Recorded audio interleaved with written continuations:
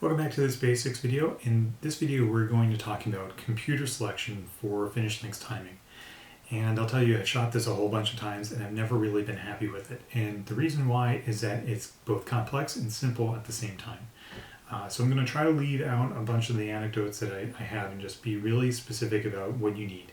And also, if you're watching this and you're an institution customer, maybe this can give you a little bit of background of how you can talk to your IT people, because a lot of institutions require you to purchase a laptop from a pool or a very specific brand, and it's really not that helpful in many cases. So let me lead off and give you my kind of two main things that I look for in a timing laptop at this point in time. And keep in mind, it is now 2022. First thing, I'm looking for a full-size RJ45 port, full-size Ethernet.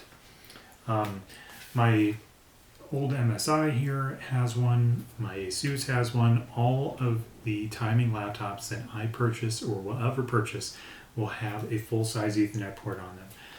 There are some newer laptops that have a jawbone style, and I don't like it. The Ethernet cables pop out of there really, really quickly.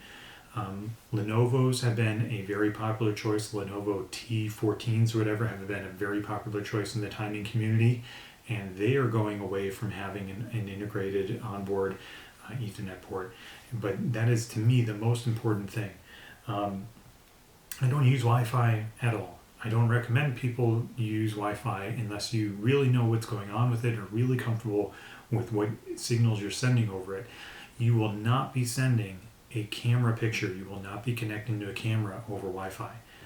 They have that option. It's really, really dicey in my book. I don't recommend it, especially for kind of a first-time timer, or certainly if you only have one camera, it needs to be wired up.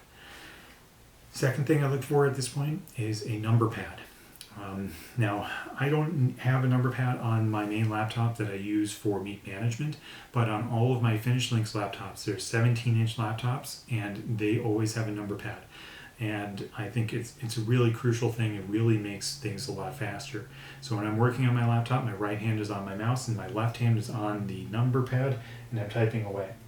Now, when it comes to my meet management program now, or computer, I'm happy with a number pad that's got a Bluetooth low energy solution. It will kind of have a little bit of lag when you start using it, but once you get using it, it's super quick and super fast. And I think it's a worthwhile $20 purchase to add on to this laptop, which otherwise is flawless for the job I need it to do. It just doesn't have a number pad. At this point in time too, pretty much all laptops have an SSD. It's not quite as important for your meet management computer. I mean, it helps, but it is absolutely a necessity at this point in time for FinishLynx, especially if you have more than one camera on it, especially if you're using an Identilynx. So I'll tell you, my ideal computer right now is a computer that will charge via USB-C. For a Lynx computer, it's a 17-inch screen with a number pad and an RJ45 port. Of course, it has at least one SSD.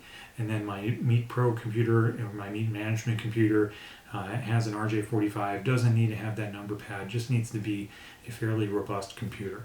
There are plenty of computers on the market that take care of this.